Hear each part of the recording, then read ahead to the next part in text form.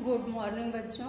9th class चौथा chapter आपका चल रहा था खंड 1 का अर्थव्यवस्था परिवार की मूलभूत आवश्यकताएं, जिसमें आपने गृह अर्थव्यवस्था का अर्थ और अर्थव्यवस्था को प्रभावित करने वाले कारकों के बारे में पढ़ा। इस वीडियो में हम गृह अर्थव्यवस्था के सिद्धांत के बारे में जानकारी प्राप्त करेंगे। प्रत्येक गृहिणी और परिवार का मुखिया या वरिष्ठ सदस्य या परिवार के हर सदस्य ये चाहते हैं कि उनकी गृह अर्थव्यवस्था उत्तम हो और गृह अर्थव्यवस्था की प्रक्रिया सुचारू रूप से चलती रहे। उत्तम गृह अर्थव्यवस्था के लिए कुछ सिद्धांतों का पालन करना चाहिए। कुछ सिद्धांतों पर अगर गृह अर्थव्यवस्था आधारित होगी तो गृह अर्थव्यवस्था सफल रहेगी। तो आइए देखते हैं कौन से सिद्धांत हैं वो। तो पहला है पारिवारिक लक्ष्यों के निर्धारण का सिद्धांत। हर परिवार के कुछ लक्ष्य होते हैं और उन लक्ष्यों की पूर्ति के लिए हम सब प्रयास जुटे रहते हैं, प्रयास करते रहते हैं।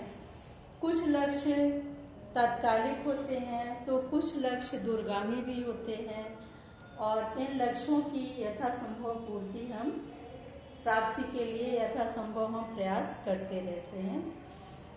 तात्कालिक लक्ष्य जैसे भोजन, वस्त्र, आवास, शिक्षा और चिकित्सा, ये सब हमारी तात्कालिक लक्ष्य हैं। कुछ दूरगामी लक्ष्य जैसे मकान बनवाना, बच्चों की उच्च शिक्षा के लिए बचत करना और बच्चों की शादी ब्याह करना, ये सब दूरगामी लक्ष्य हैं। तो सबसे पहले हम अपने लक्ष्यों को निर्धारित करेंगे और जिन लक्ष्यों पर हमें खर्च करना है उसका एक ब्यौरा बना लेंगे, नियोजन कर लेंगे उसका। तो सबसे पहले हम तात्कालिक लक्ष्य को पूरा करेंगे। दूरगामी लक्ष्यों को भी पूरा करना जरूरी होता है, लेकिन तात्कालिक लक्ष्यों पर ज़्यादा ध्यान देते हैं क्योंकि पहले तो हमें तुरंत जो चाहिए, भोजन जरूरी है, वस्त्र जरूरी है, बच्चों की शिक्षा जरूरी है, चिकित्सा जरूरी है। तो दूरगामी लक्ष्यों की पूर्ति के लिए हम पैसा बचा के क्या करेंगे जब पहले तात्कालिक लक्ष्यों की पूर्ति नहीं कर पाएंगे। तो सबसे पहले हमें तात्कालिक लक्ष्यों की पूर्ति के लिए प्रयास करना चाहिए। इसके बाद दूरगामी लक्ष्यों, ये भी नहीं है कि तात्कालिक लक्ष्य को पूरा करने के चक्कर में दूरगामी लक्ष्यों को भूल जाए। दूरगामी लक्ष्यों को भी पूरा करने के लिए प्रयास करते रहना चाहिए, बचत की व्यवस्था करनी चाहिए इसके लिए। तो जो हम योजना बनाते हैं आय व्यय का, उसमें दूरगामी लक्ष्यों को पूरा करने के लिए बचत की व्यवस्था करते हैं। बचत किए गए धन से हम भविष्य में बच्चों की शादी ब्याह, बच्चों की उच्च शिक्षा, मकान, जमीन, इन सब लक्ष्यों को पूरा करते हैं। तो सबसे पहला है हम पारिवारिक लक्ष्यों का निर्धारण कर लेंगे। जो लक्ष्य हमारे तात्कालिक हैं उनको पूरा करते हुए दूरगामी लक्ष्यों के बारे में भी सोचेंगे या दूरगामी लक्ष्यों की अवहेलना नहीं करेंगे, उसके लिए भी प्रावधान रखेंगे। दूसरा है आय के विश्लेषण का सिद्धांत। आय के विश्लेषण के सिद्धांत के लिए हम आय व्यय का जब नियोजन करते हैं, योजना बनाते हैं, तो आय के विश्लेषण को भी ध्यान में रखा जाता है। इसके लिए कुछ ऐसा होता है जैसे कुछ लोगों को वर्ष में एक बार बोनस मिलता है, कुछ लोग कुछ खर्चों को पेंशन मिलने पर या फिर जब रिटायर होते हैं तो इकट्ठा पैसा मिलता है, उस पर टाल देते हैं, उस खर्चे को पूरा करते हैं। जैसे बच्चों की शादी है या मकान बनवाना है तो एक मुश्त जो पैसा मिलता है उससे भी कर लेते हैं। तो इस तरह से आय के विश्लेषण के सिद्धांत को भी ध्यान में रखना चाहिए। तीसरा है विभिन्न योजनाओं संबंधी सिद्धांत। विभिन्न योजनाओं संबंधी सिद्धांत नियोजन के अंतर्गत परिवार की आय और आवश्यकताओं आदि को ध्यान में रखना चाहिए। कुछ योजनाएं अल्पकालिक होती हैं, कुछ दीर्घकालिक होती हैं। अल्पकालिक योजनाओं में भोजन, वस्त्र, आवास, ये सब अल्पकालिक योजनाएं हैं जिनको तुरंत पूरा करना है। और दीर्घकालिक योजनाएं वही मकान बनवाना, बच्चों की शादी करना, उच्च शिक्षा के लिए पैसा रखना, ये सब दूरगामी या दीर्घकालिक योजनाएं हैं। तो विभिन्न योजनाओं के सिद्धांत को ध्यान में रखकर आय का विश्लेषण करना चाहिए या आय का नियोजन करना चाहिए। 5वां है परिवार के भविष्य की सुरक्षा संबंधी सिद्धांत। चौथा, भविष्य की सुरक्षा संबंधी सिद्धांत यानी हम कुछ खर्चों को तो तुरंत जो पूरा करते हैं वो जरूरी ही है, लेकिन इसके चक्कर में दूरगामी या भविष्य की योजनाओं को भी ध्यान में रखेंगे। भविष्य की योजनाओं के लिए बीमे की व्यवस्था है, भविष्य निधि योजना व्यवस्था है, तमाम ऐसी योजनाएं हैं जो भविष्य में अधिक लाभ देती हैं और उनसे हम आगे जो है विभिन्न हमारा भविष्य इससे सुरक्षित रहता है। भविष्य के विभिन्न खर्चे जो हैं उससे पूरे किए जा सकते हैं। 5वां है परिवार के सदस्यों की संतुष्टि का सिद्धांत। परिवार के सदस्यों की संतुष्टि के सिद्धांत को भी ध्यान में रखना आवश्यक है। जैसे परिवार में कोई सदस्य है वो बीमार है तो दवा उसकी मुख्य आवश्यकता है, और दवा के अलावा वो जो उसको भोजन बताया गया हो या जो भी उसके साथ मतलब खाने पीने की व्यवस्थाएं जो होती हैं उसके जरूरी हैं, अगर वो पूरी नहीं होगी तो वो सदस्य संतुष्ट नहीं होगा। इस तरह से परिवार में बच्चों की जो बच्चे उच्च शिक्षा प्राप्त कर रहे हैं, अगर अच्छी शिक्षा प्राप्त कर रहे हैं तो उनकी शिक्षा व्यवस्था में भी किसी प्रकार की बाधा नहीं आनी चाहिए, नहीं तो वो सदस्य असंतुष्ट रहेगा। तो इसलिए परिवार के सदस्यों की संतुष्टि के सिद्धांत को भी ध्यान में रखकर अर्थव्यवस्था का प्रावधान करना चाहिए। अब सफल अर्थव्यवस्था की कुछ विशेषताएं हैं।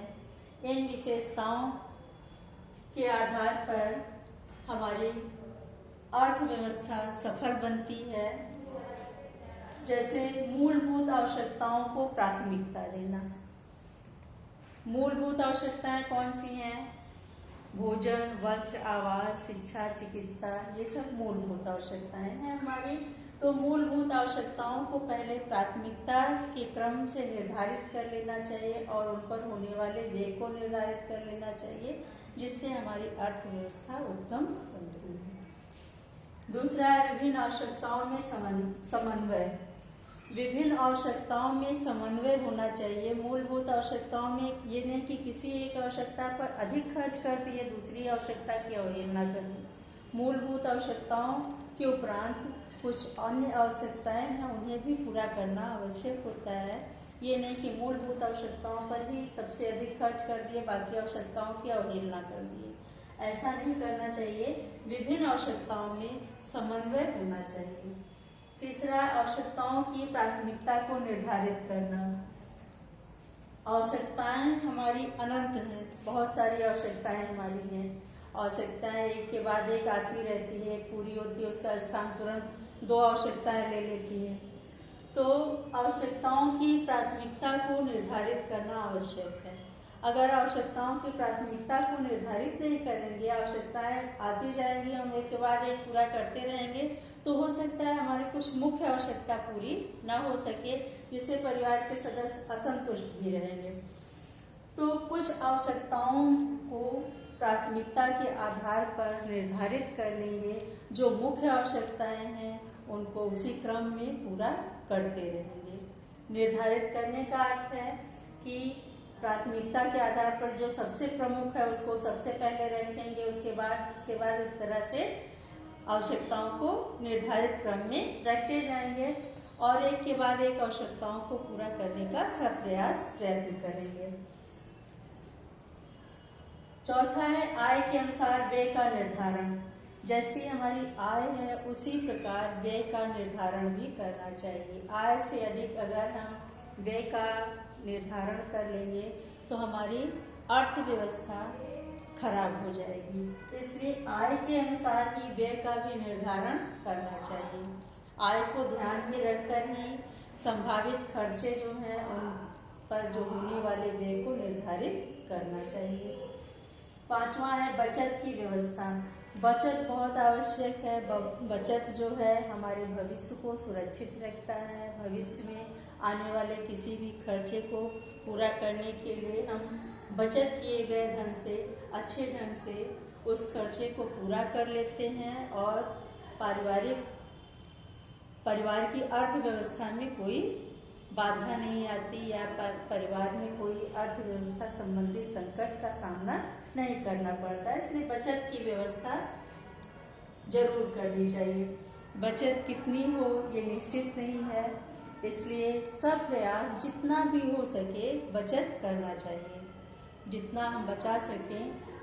इसके लिए ये नहीं कि आवश्यक खर्चों में कटौती करके भी बचत करें, लेकिन मितव्ययितापूर्ण ढंग से बचत करनी चाहिए और बचत किए गए धन से अपने भविष्य को सुरक्षित, सुनिश्चित और सुखमय बनाने का प्रयास किया जाता है।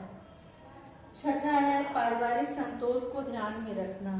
पारिवारिक संतोष सबसे बड़ी चीज है। हम अर्थव्यवस्था को कितना भी मजबूत बनाएं, कितना भी उत्तम ढंग से हम पारिवारिक आय को खर्च करें, लेकिन परिवार का कोई सदस्य उससे असंतुष्ट है, संतुष्ट नहीं है, तो हमारी अर्थव्यवस्था वहाँ पर खराब हो जाएगी। अगर हम कितना भी नियोजित ढंग से हम खर्च कर रहे हैं, लेकिन परिवार के सदस्य उससे संतुष्ट नहीं है, तो हमारी अर्थव्यवस्था या हमारा नियोजन सफल नहीं है। इसलिए पारिवारिक संतोष को भी ध्यान में रखना चाहिए कि परिवार के सभी सदस्य उससे संतुष्ट हैं, सबकी आवश्यकताएं उत्तम ढंग से पूरी हो रही हैं या नहीं। इस तरह से सफल गृह अर्थव्यवस्था की ये विशेषताएं हैं। इन विशेषताओं को ध्यान में रखकर हम अर्थव्यवस्था को उत्तम बना सकते हैं। आज के वीडियो में इतना। अगले वीडियो में हम फिर आपसे जुड़ेंगे।